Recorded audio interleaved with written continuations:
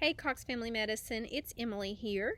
As a kickoff to our Dashing Through the Snow Fitness Challenge, I wanted to do a quick nutrition demonstration on Eat This Not That that will hopefully support you in during the month of December in meeting your goals. So I want to take a little bit different take on it and just highlight 4 different food ingredients that have been shown to be damaging to our health and just offer some solutions or substitutes for those types of foods. But first, I want to start by saying anytime we label certain foods good, bad, off limits for the purpose of weight loss or cutting calories, that can really it can damage our relationship with food, and it's counterproductive because it can lead to cravings of those foods and overeating of those foods. But when we increase our awareness of the effects of different types of food, that can actually have a lasting effect on the choices and ultimately the habits that we make. So that's what I'm hoping to accomplish with this presentation. The first ingredient I want to highlight is high fructose corn syrup. Most of us know it's in sodas, processed foods, candy. It's in a lot of different foods, and it's highly concentrated sugar, basically. But what we may not realize is that high fructose corn syrup, or fructose, is processed differently than regular glucose or sugar. So it actually, there's no feedback regulation when we metabolize it, and it spills into the liver, which it's then stored in the liver as fat. And that's why it's linked to fatty liver disease. It's also linked to uric acid production, insulin resistance, type 2 diabetes, and it can damage the gut microbiome. So ways to get out of the habit, just some suggestions. You have to find what works for you, but just some suggestions would be sparkling water. You can use a little flavor packet to sweeten it a little bit more if you like. Iced coffee, green tea sweetened with honey. Those are just some ideas to get your mind thinking of different options. But the next ingredient I want to bring up is artificial sweeteners.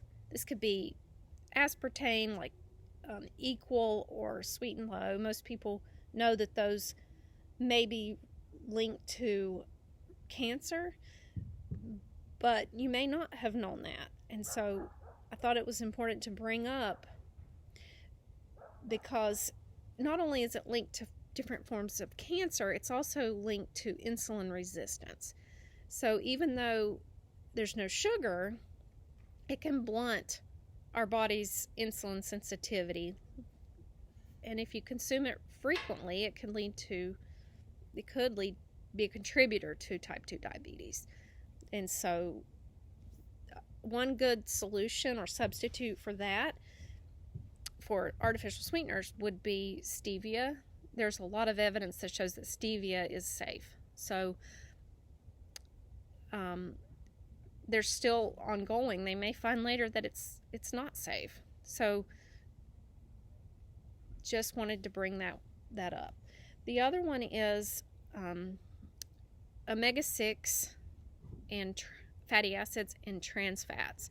These types of fats or oils have been shown to be pro-inflammatory, which means they drive inflammation within the body. Omega-6 is an essential fatty acid. That means our body can't produce it on its own. We have to include it in our diet. But it's already naturally found in meats and eggs or dairy. So the problem lies in that the food industry uses these types of oils in almost everything, almost all processed foods that they make. And that puts us consuming a whole bunch of omega-6 and not enough omega-3s. So omega-6 would be soybean oil, cottonseed oil, vegetable oil, peanut oil. Those are just it's also sunflower oil. But those have been shown to be linked to cardiovascular disease, and there again, that insulin resistance. And then anytime you see the word hydrogenated or partially hydrogenated soybean oil or cottonseed oil, those are trans fats, and those are also highly inflammatory. So knowing that, trying to consume more omega-3 or omega-9 fatty acids, which are found in like nuts, seeds, fish, olive oil would be an omega-9. Those fats are anti-inflammatory and they're beneficial to our body. So when you replace something that's beneficial with something that's damaging, that can go a long way in improving your health. And the last type of food I want to bring up is processed meat. So the World Health Organization has deemed processed meat carcinogenic. Processed meat, it's a wide range of foods: sausage, deli meat, pepperoni,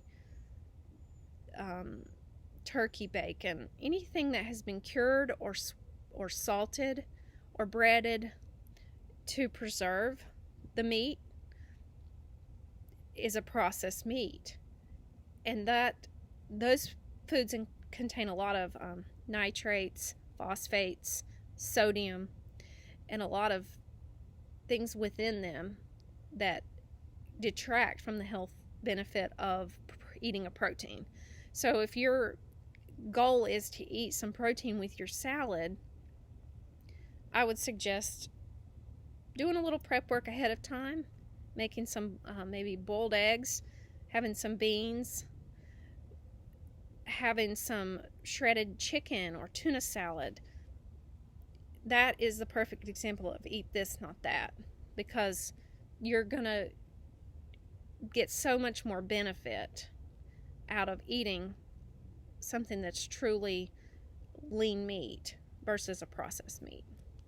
So, like I said, if you go back to the exam room in the hall, there is a bunch of different examples of eat this, not that, with an explanation to kind of review what I talked about today.